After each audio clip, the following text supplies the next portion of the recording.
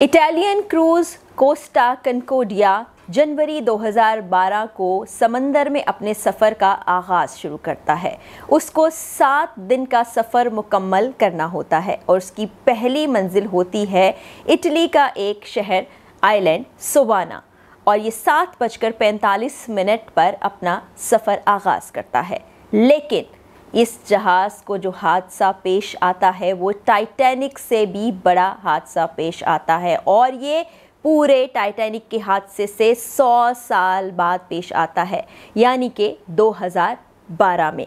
$570 million के इस जहाज़ को जब समंदर में उतारा जाता है तो क्रूज़ की दुनिया में इसको क्रूज़ फरारी कहा जाता है, यानी कि ये इतना पुर आसाइश होता है कि इसके अंदर ही एक पूरी दुनिया आबाद होती है। इसमें क्या क्या कुछ मौजूद था वो तफसीलात भी मैं आपसे शेयर करने जा रही हूँ, और साथ ही साथ आपको आज की वीडियो में ये भी बताने जा रही हूँ कि एक शख्स की हठधर्मी के बायस ये इतना महंगा जहाज़ हादसे का शिकार हुआ और मजमूई तौर पर $2 बिलियन का नुकसान हो गया। ये जहाज साइज के एतबार से भी टाइटैनिक से कहीं ज्यादा बड़ा था, और जो लोग इसमें सफर कर रहे थे उनकी तादाद थी 4229, और इसके अंदर वो सब कुछ मौजूद था जिसका कोई भी शख्स तसव्वुर कर सकता है।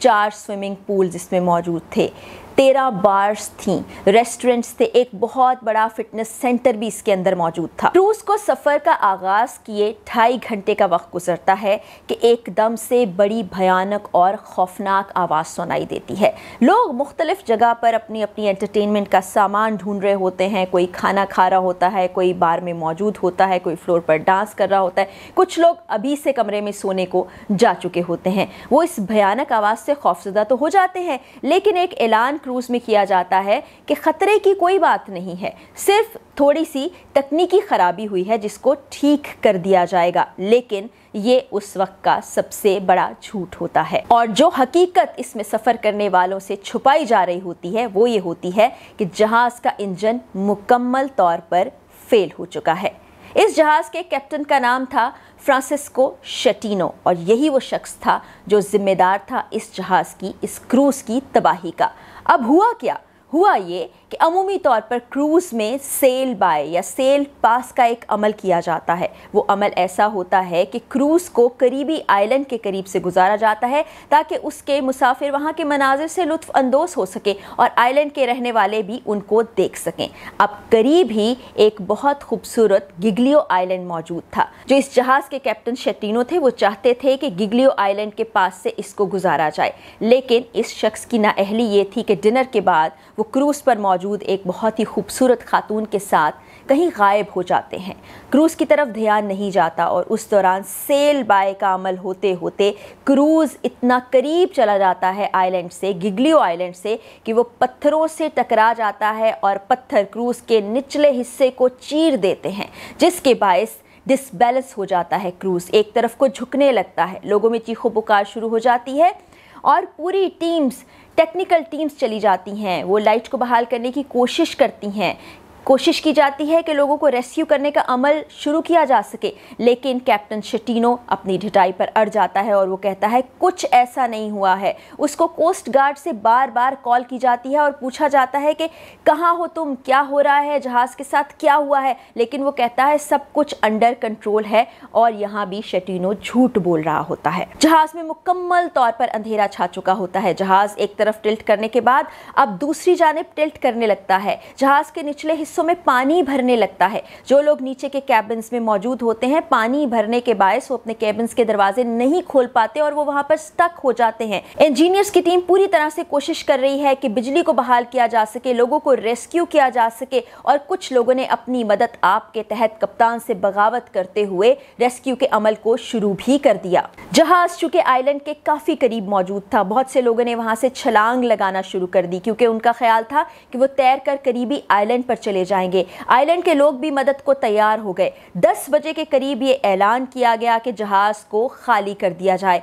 इस दौरान एक कोशिश शटीनो ने यह की कि जहाज के रुख को वो वापस मोड़े, शायद कि वो वापस पहुंच सके और इस तरह लोगों की मदद हो सके, लोग बच सकें। लेकिन इस वक्त ऐसा होना नामुमकिन हो चुका था। अब शटीनो को कॉल की जाती है और उससे जहाज पर वापस आने को कहा जाता है। उसको कहा जाता है कि कैप्टन होने के नाते तुम्हारी जिम्मेदारी बनती है कि जितने लोग इसमें सफर कर रहे हैं पहले उनको महफूज पनाहगाह तक पहुंचाया जाए, उसके बाद तुम जहाज से उतरो। लेकिन वो इनकार कर देता है और गायब ही रहता है। अब जो आइलैंड, गिगलियो आइलैंड करीब ही मौजूद था, वहां पर इतनी कैपेसिटी नहीं थी कि इतने सारे लोगों को वहां पर पनाह दी जा सके।